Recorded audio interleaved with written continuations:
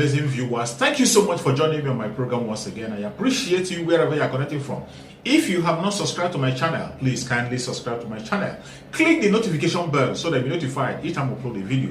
You will be among the first to receive it. Thank you so much and remain blessed. As we continue our conversation with Dr. Hakeem Baba Ahmed, who has been with us earlier before we took that break. Good to know that you're still there with us. Welcome back.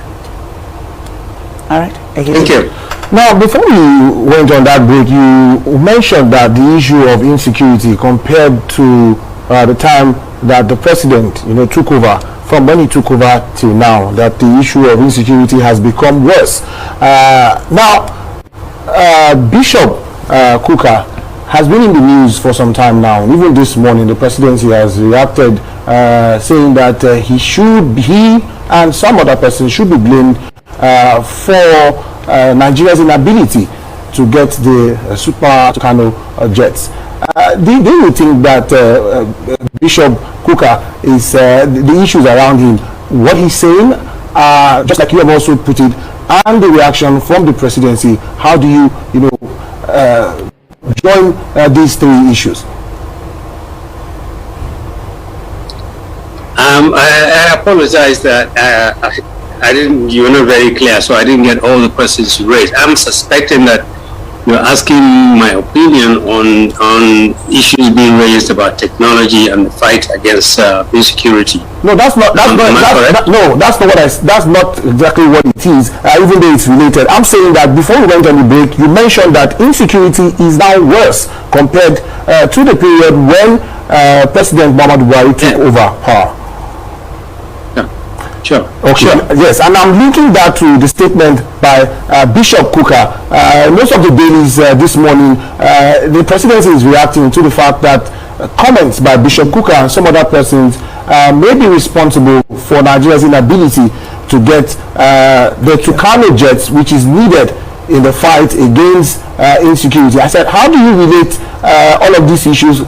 Also looking at the fact that you have also mentioned this same issue which Father Kukah is being blamed, Bishop Kukah is being blamed for as a reason for not having those technological equipments.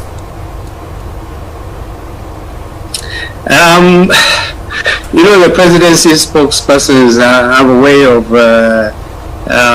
deflecting criticism by making it personal. When you say that there is a shortfall in the quality of governance, they find something to stick you with.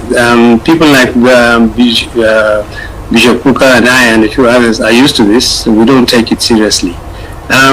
This administration should be criticized and must be criticized, and those who are ready to do so should be willing to take some of the words that Garba Shehu and Femi Adesina recycle every once in a while when we point out certain facts about the failings of President Buhari in terms of securing the country. But the truth is, maybe they know this, maybe they don't know this.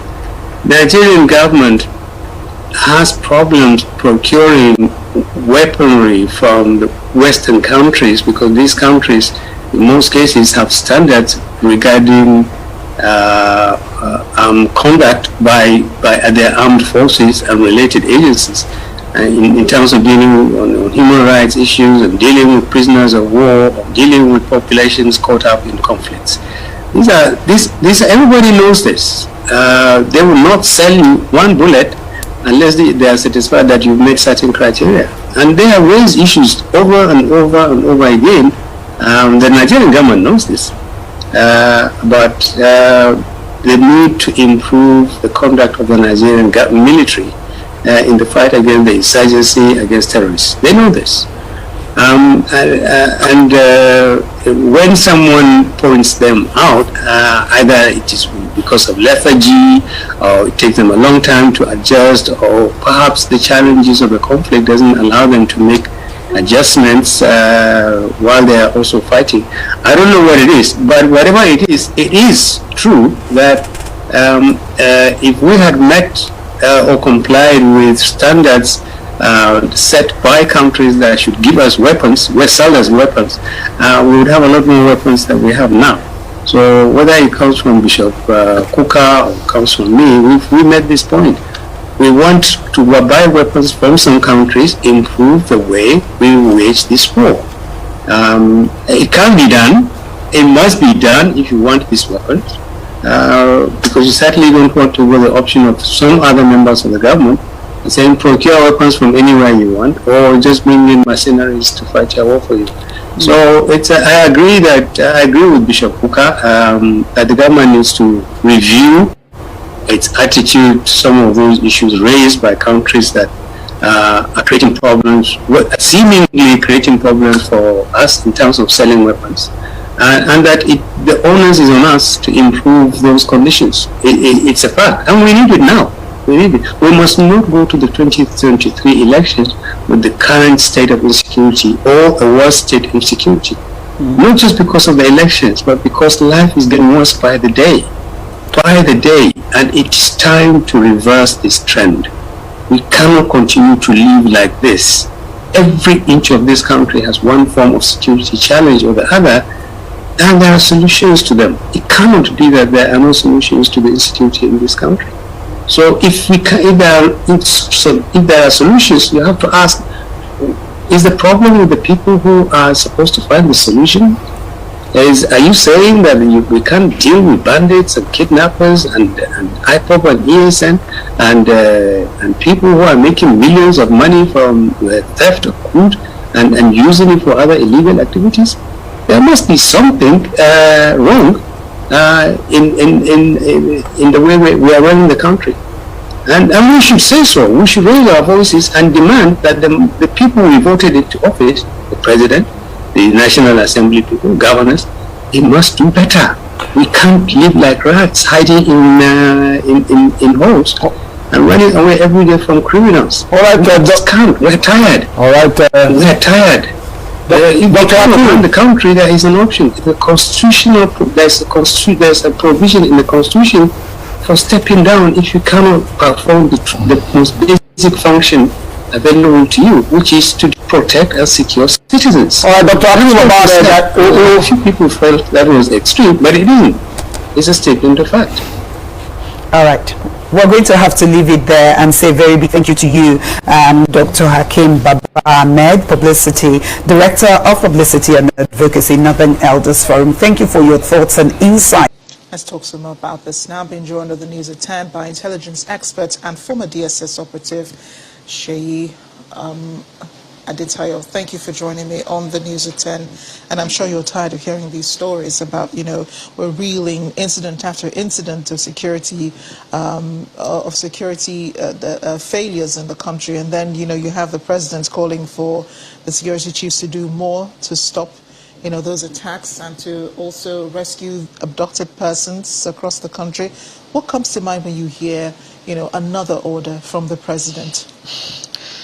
Well, it is expected that with the spate of attacks in recent time that such a meeting should be held. From what we've seen so far, especially the press release from the NSA, shows that perhaps critical discussions were made, because issues that he brought to the fore shows that basic truths were told at the meeting. If the president is giving them a charge, and these are specific instructions, go and rescue those people, and that is a charge. Though the conditions around it is to bring them safely. In terms of capacity, we have the capacity to do that, because that's a specific instruction. Agencies like the Nigerian Air Force, they have special forces well trained, equipped enough to do that. DSS has several, tactical squads that can actually carry that out. So I don't have any doubt that those agencies, with this particular charge now, it's not about we should negotiate. This is about rescue. So we expect that if they put their eyes together and be able to draw a strong tactical plan, they can actually rescue these people. How much they are going to be able, they will be able to rescue at the end of the day without casualty will be dependent on how good their plans are. But on the other hand, the NSA spoke about the death of intelligence. that is one angle that I feel that they must have told themselves the truth. Yeah, but before you go to that, you spoke about the captives, rescue of captives, and you talked about casualties, and I'm glad you mentioned that, because I know that the Kaduna state government in times past said they know where these bandits are, they know where the captives are being kept, but the concern, of course, is the casualties of fatalities we're mentioning. So, and then now you're mentioning military intelligence, and it goes without saying that, yes, we need to improve intelligence, right? Yeah, the intelligence is talking about here is that the gap between the locals and the locals authority, getting information to the authority that would bring the information to government. The government security intelligence apparatus, what they are trying to say is that they do have gaps there, but the people are not providing enough intelligence to the government. And now, so if the people are not providing enough intelligence to government, it means that there is a problem somewhere there. Maybe they have been providing intelligence in the past, and there is no commensurate response from government, leading to, discouragement from their own hand from providing more. Or the ones they've given in the past had caused them, they've lost so much in terms of this bandit coming back to attack them for providing information. So, like I've said to people in discussions today, that it's not just about asking the people to provide intelligence to government. Government needs to also prepare from his own hand to ensure that when intelligence are provided from these communities, government can provide adequate response to act on the intelligence. If you look at the issue of the Kaduna train attack, every available information shows that intelligence were provided, but it was not acted upon. So we're talking about availability of intelligence and the action agency responding to the intelligence that are being provided. So we're approaching, the elections next year, and of course there's a lot of concern about security before then. If we're going through this now, how do we conduct elections next year in the middle of insecurity? It's a very big concern, and at the same time, I believe that we can still succeed in having an election. If you look at back to 2015, towards the 2015 election, we are also in a similar, quagmire where, attacks, bomb blasts everywhere, and it appeared as if election wouldn't hold until government at that time decided to put, adequate measures in place to start clearing all the areas that they know that these people are actually hibernating and they are attacking. And we saw that the first 5 months in that year, was involved with lots of military successes. And I believe that if the same approach that is currently now being adopted in the Northeast, because the military are making lots of wonderful inroad successes in the Northeast as we speak right now. Though we've recorded another attack right now in Kanama in Yobe State as we're speaking right now. And even in Taraba. Yeah, no, Kanama in Yobe State. Yeah. The bomb blast is in Taraba. But there's also an ongoing attack in Kanama. In Yobe State. Initially, they wanted to attack Gaydam. So, but that's just one attack compared to, the several successes that the military. So if we can translate what we're doing in Northeast now to Northwest, then we'll be able to find ourselves in a situation where election can be conducted under an atmosphere that can, that will allow election where people will be confident enough, but the situation right now is much more than in 2015.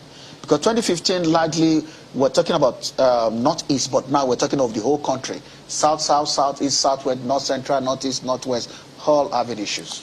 Well, an ongoing conversation. Sheyi Adetayo, thank you for being here. Pleasure.